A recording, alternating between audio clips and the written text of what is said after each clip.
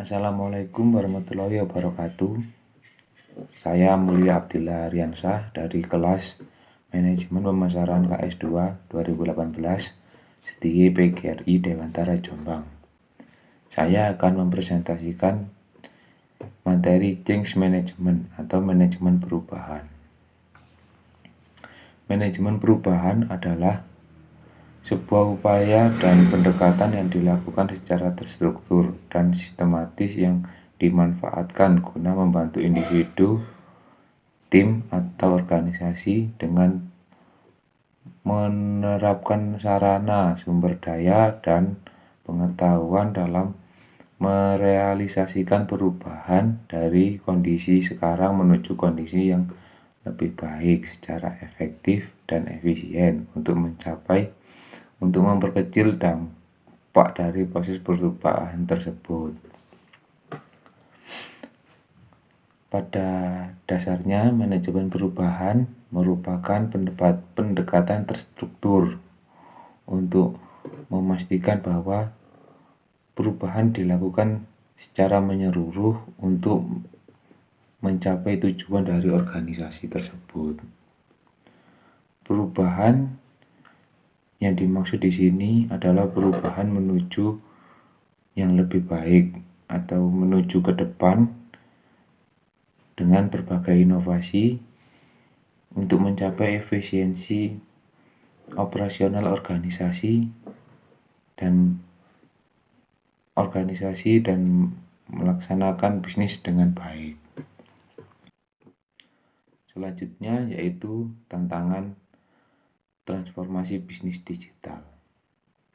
Dari gambar tersebut menunjukkan aspek kunci yang perlu untuk dimaksimalkan agar mendapatkan manfaat bisnis digital.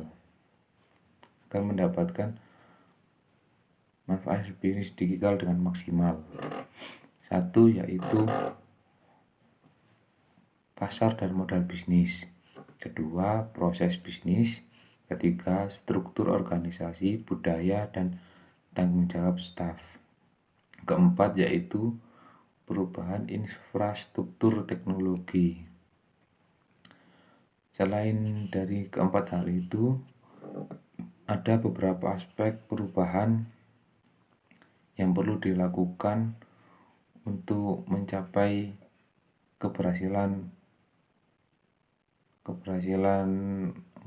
faktor keberhasilan dari bisnis digital, yaitu satu, pembelian dan kepemilikan manajemen.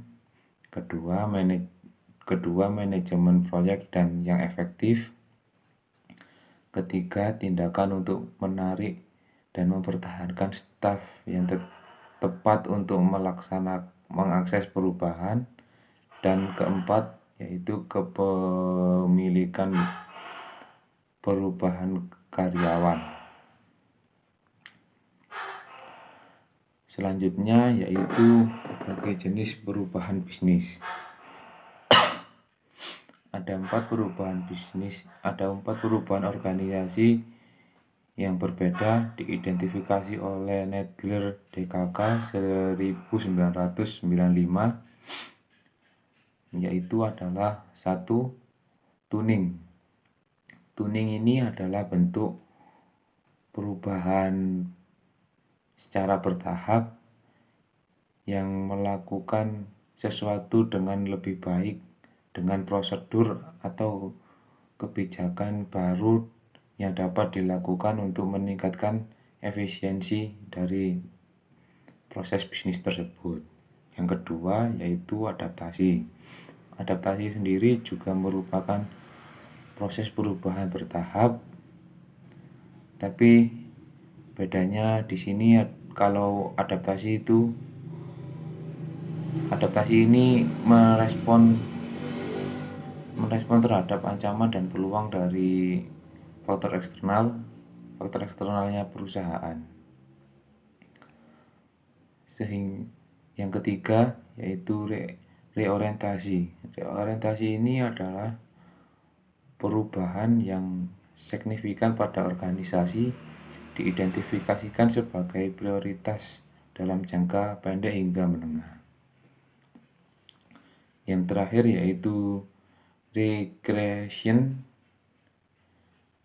Recreation adalah sebuah penciptaan kembali sebuah perusahaan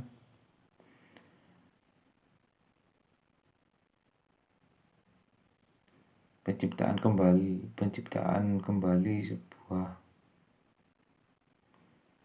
perubahan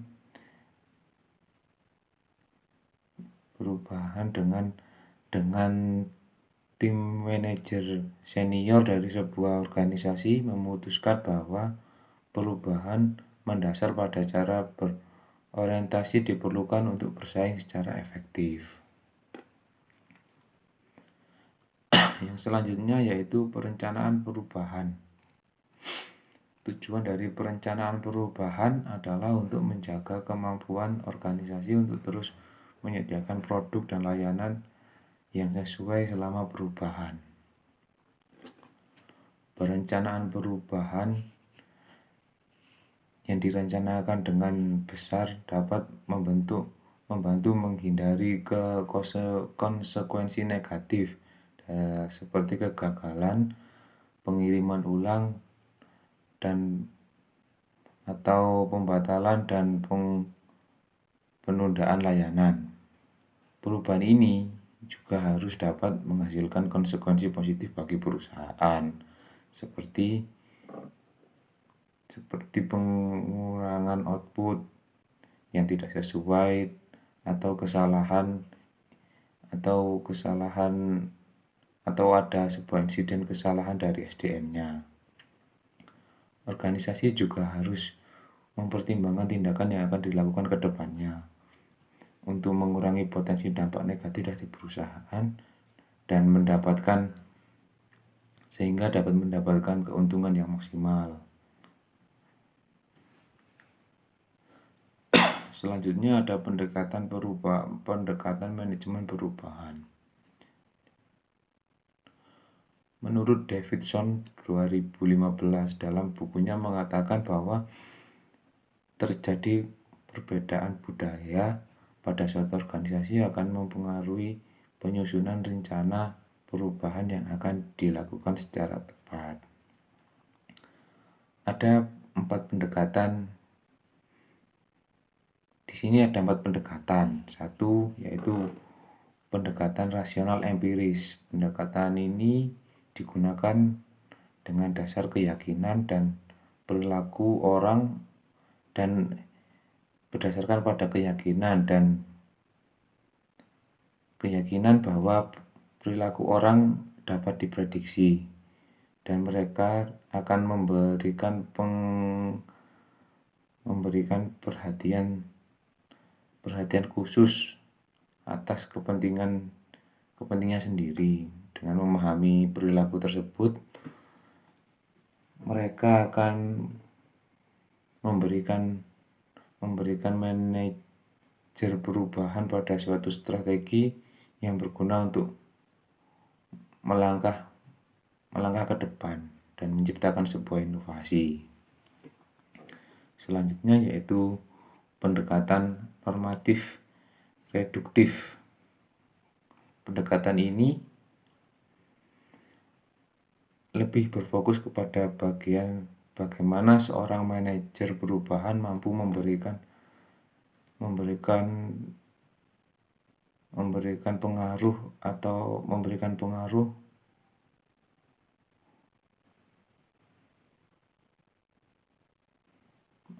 pengaruh dengan berbagai cara tertentu agar seluruh anggota atau karyawannya mampu untuk melaksanakan perubahan tersebut. Yang ketiga yaitu pendekatan kekuasaan koersif. Pendekatan ini pendekatan yang memaksa pihak manajemen perubahan untuk melakukan melakukan perubahan dengan cara memaksa karyawan atau anggotanya, dan pendekatan ini sering menjadi bentuk standar dalam manajemen perubahan. Yang terakhir yaitu pendekatan lingkungan adaptif. Pendekatan ini digunakan dalam pendekatan manajemen bahwa walaupun mereka berubah berdasarkan insting, namun perusahaan juga berusaha menghindari segala bentuk kerugian. Jadi sebenarnya mereka mempunyai kemampuan dalam beradaptasi dengan berbagai kondisi di situasi baru. Dan menurut Davison, dari keempat pendekatan ini perusahaan bisa memilih salah satu untuk digunakan. Dan selanjutnya yaitu manajemen pengetahuan. Manajemen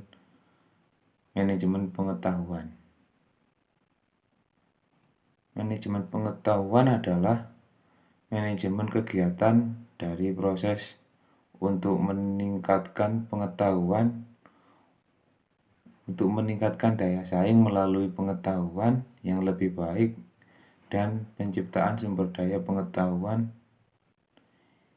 secara individu dan korelatif. Ada beberapa kegiatan utama dalam manajemen perubahan, yaitu 1. Identifikasi pengetahuan. Di identifikasi pengetahuan ini dilakukan analisa ketersediaan pengetahuan yang ada untuk mendukung kegiatan pembentukan proses yang ada dan melakukan analisa kesenjangan yang menunjukkan apa saja yang hilang atau apa saja yang tidak ada dalam pengetahuan yang tidak ada dalam perusahaan. Kedua, yaitu menciptakan pengetahuan baru. Menciptakan pengetahuan baru ini mengulas metode untuk menciptakan pengetahuan baru di tingkat pribadi dan tim. Teknik yang direkomendasikan adalah pelatihan dan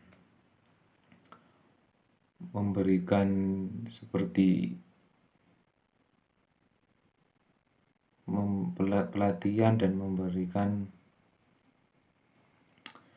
pelatihan dan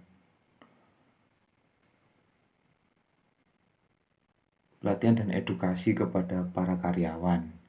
Sedangkan dalam tingkat organisasi, penciptaan pengetahuan biasanya terjadi melalui tolak ukur terhadap perusahaan lain, organisasi lain, dan selanjutnya membentuk kelompok ahli untuk membentuk pengetahuan baru tersebut. Yang selanjutnya yaitu kegiatan simpan pengetahuan. Menyimpan pengetahuan ini membutuhkan pendekatan terstruktur untuk memilih, memperbarui, mengatur, atau mengkategorikan pengetahuan dalam sistem informasi.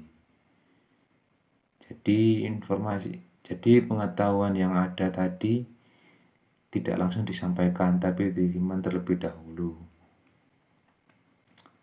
Lalu tahap kegiatan yang selanjutnya yaitu berbagi pengetahuan. Hal ini setelah pengetahuan disimpan tadi, pengetahuan dibagikan kepada para karyawan dan anggota yang lain dengan menentukan konteks yang tepat, yaitu untuk orang yang tepat, pada waktu yang tepat dan tempat untuk mendukung aktivitas mereka saat ini, mendukung aktivitas organisasi saat ini. Yang terakhir yaitu gunakan pengetahuan. Penggunaan pengetahuan ini dapat digunakan untuk melakukan inovasi untuk menciptakan efisiensi operasional organisasi. Dengan adanya inovasi ini diharapkan